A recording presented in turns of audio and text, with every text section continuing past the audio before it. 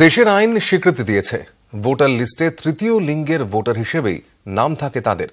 Vote দিয়ে সমস্যার সমাধান যদিও বা হয়, সম্মান মিলবে কি প্রশ্ন এ রাজ্যের তৃতীয় লিঙ্গের ভোটারদের। রাজ্য থেকে তৃতীয় লিঙ্গের কেউই এখন ভোটে দাঁড়াননি। পরে কি ছবিটা বদলাবে সময় বলবে।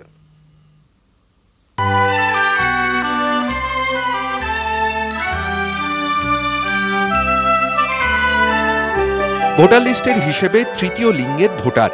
অধিকাংশেরই জীবিকা নির্বাহের উপায় বলতে ট্রেনে, বাসে, ট্রাফিক সিগন্যালে হাত পাতা, অথবা সদল বলে বাড়ি বাড়ি গিয়ে নবদম্পতি বা সদ্যজাতকে আশীর্বাদের বিনিময় পাওনা আদায়। সমাজের কাছে এখনো অপান্তেয়। তবে ভোট বাজারে অবহেলিত নন। রাজনৈতিক দল থেকে প্রার্থী ভোট চাইতে আসেন সকলেই। তবে সরকার গঠনে তাদের ভূমিকা থাকলেও সিদ্ধান্ত গ্রহণে তাদের কোনো ভূমিকাই থাকে না, বলছেন এ রাজ্যের তৃতীয় লিঙ্গের ভোটাররা। আমরা চাই আমরাও সমাজে একটা হিস্সা আছি, আমরাও সমাজের মধ্যে থাকি, আমরা হিউম্যান বিংস, আমরা যেভাবে থাকি উই আর হ্যাপি। আমাদের যে কাজ গুরু পরম্পরা আমাদের চলছে, গুরু শিষ্য পরম্পরা আমাদের চলছে, সেই কাজটা নিয়ে আমরা ঠিক আছি, আমরা করছি। তারপরে এর মধ্যে যদি কোনো কিছু আসে, কোনো ল আসে, সেই জিনিসটা আমাদের না আলোচনা করে যদি কোনো জিনিসটা বার করবে সরকার বা প্রশাসন, সেটা আমরা অ্যাকসেপ্ট করতে পারবো না। আমাদের দাবি একটা আছে যে আমাদের সম্প্রদায়ের লোককে একজনকে ভোটে দাঁড় করানো হোক। আমরা এটাই চাইছি যে একজনকে দাঁড় করানো হোক।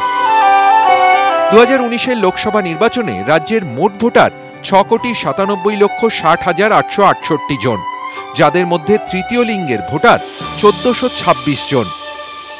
ভোট তারা প্রতিবারই দেন, এবছরও দেবেন। তবে এখনো বৃহন্নলাদের সমাজ চলে তাদের মতো, তাদের নিয়ম মেনে। ভোট দিলে কি সমাজের মূল স্রোতে স্বাভাবিক নিয়মের সঙ্গে তাল মিলিয়ে চলতে দেওয়া হবে তাদের? কিন্তু ভোট দিচ্ছে অনেক দিন, কোনো সরকার আমাদের পাশে দাঁড়াচ্ছে না। কেন দাঁড়াচ্ছে না? কেন আমাদের দেখে লোকে ঘেন্না করছে? এইটুকুন আমরা চাচ্ছি যে আমাদের দেখে কেউ না ঘেন্না করুক, আমরা সবার সঙ্গে চলি, সবাই আমাদের সঙ্গে চলুক। ভোট দিলে সমস্যা মিটবে কিনা সেই প্রশ্ন তো আছেই, রয়েছে আরো বড় প্রশ্ন, ভোট দিলে সম্মান পাওয়া যাবে কি? ভোট আসে, ভোট যায়, কিন্তু তাদের জীবনে কোনো পরিবর্তন হয় না। কিন্তু এবারে তারা ভোট দিচ্ছেন অনেক প্রত্যাশা নিয়ে। এখন দেখার শেষ পর্যন্ত সেই প্রত্যাশা পূরণ হয় কিনা তাদের। ক্যামেরা হিমাদ্রি শঙ্কর দাসের সঙ্গে ভেঙ্কটেশ্বর লাহিড়ী, নিউজ 18 বাংলা, কলকাতা। দেশ জুড়ে ভোট মহাযজ্ঞ।